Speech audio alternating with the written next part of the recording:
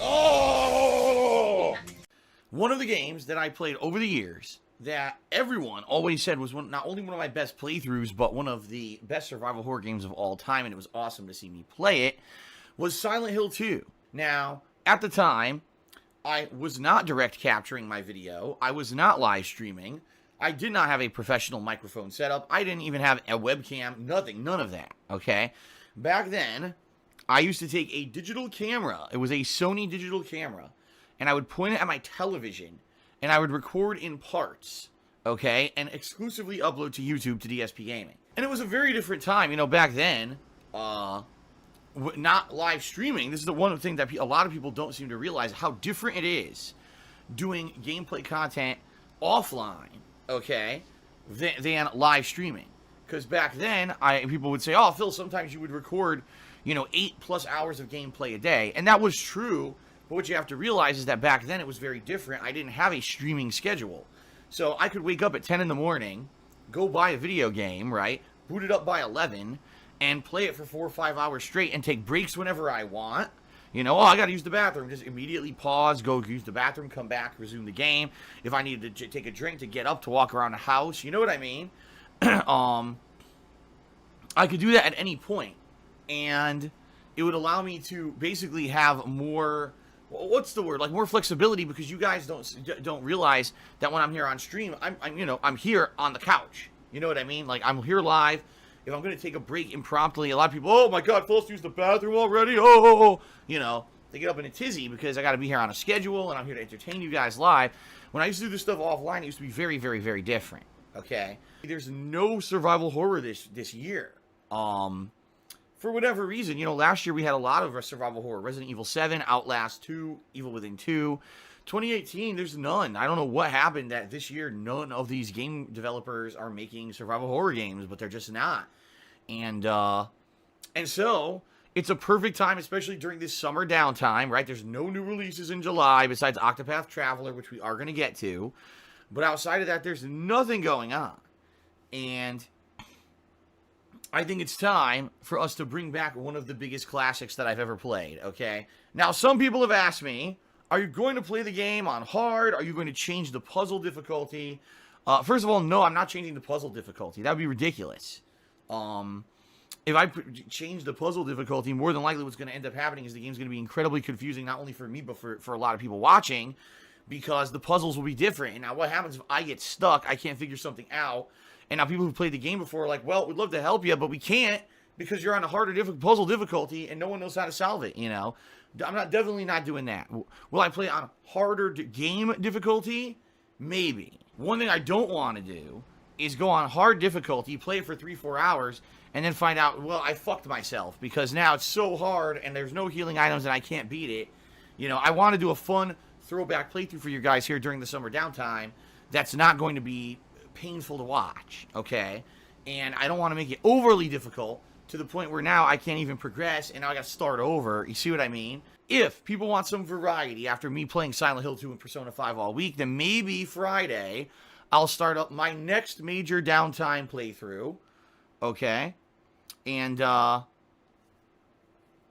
if you don't know what it is, it's going to be Grand Theft Auto Vice City HD. Yes, I am going to be replaying Vice City this summer. Now, I remember what kind of a grind that game is, how difficult that game can be, especially in regards to the fact that they make you take over the entire city when it comes to the side missions, side businesses, and so it's going to be very challenging, I remember how challenging it was the first time around, very frustrating, the Danny Trejo character and stuff, his missions, I remember a lot of it being challenging, but, and a big but, I can't use the music in the game, and I've already explained this to you guys a million times. All right, and no reason, there's no way I could do it on Twitch or on YouTube. It just would not be viable, and I apologize for that. But because it's going to be interactive, fun streaming, all right, we can make it very entertaining, just like what happened with the San Andreas playthrough. In San Andreas playthrough, when I did it earlier this year, a lot of people said it's going to be terrible without music. It's going to be awful. It's going to be a waste of time. That music makes the game. It really sets the pace for the game being in the 90s. And without all that music, that game's going to be shit. And Phil should not play it without music. Then when I played it without music, within one session, people were like, wow, this is actually pretty good. The interactivity with the stream chat makes it very entertaining. And we really like this playthrough. Please keep playing it. So, that's how I'm going to approach it.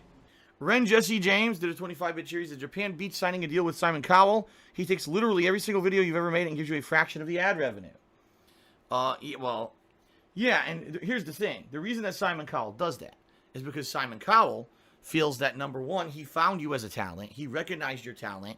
He brings you to the studio. He has people train you to become a higher talent, right? He has production crews come in and finance everything that you do as a musician or talent. He has people come in and create your image, create a style, do photo shoots, advertisements. Basically, Simon Cowell creates you as a product, all right?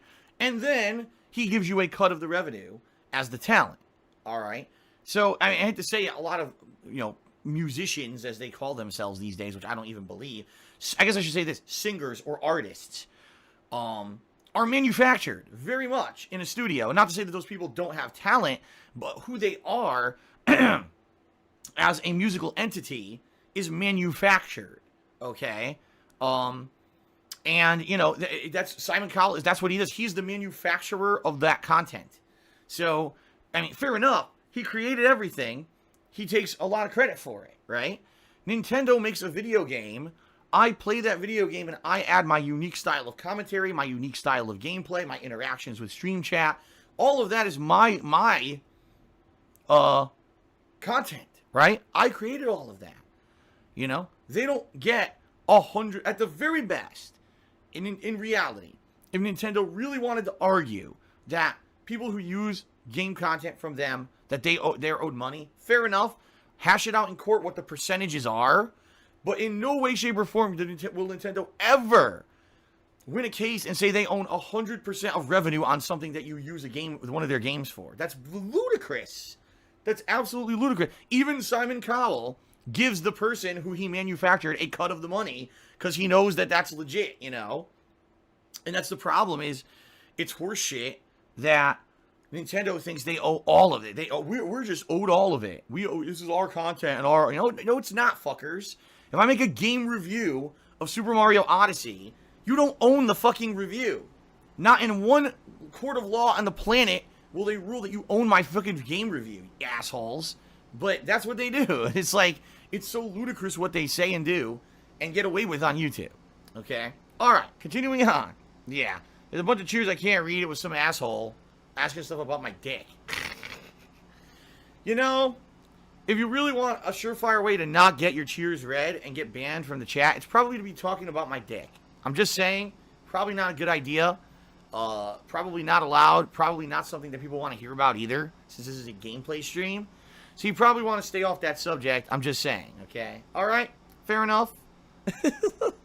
Orcs are dorks cheered 50 bits says, will you do a reaction stream about troll videos? No, I will not. I'm not an idiot. I'm not going to give them any more attention. They don't deserve it. Here comes the money. Here we go.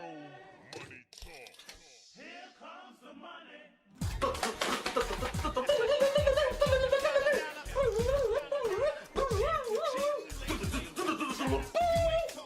All of that, baby.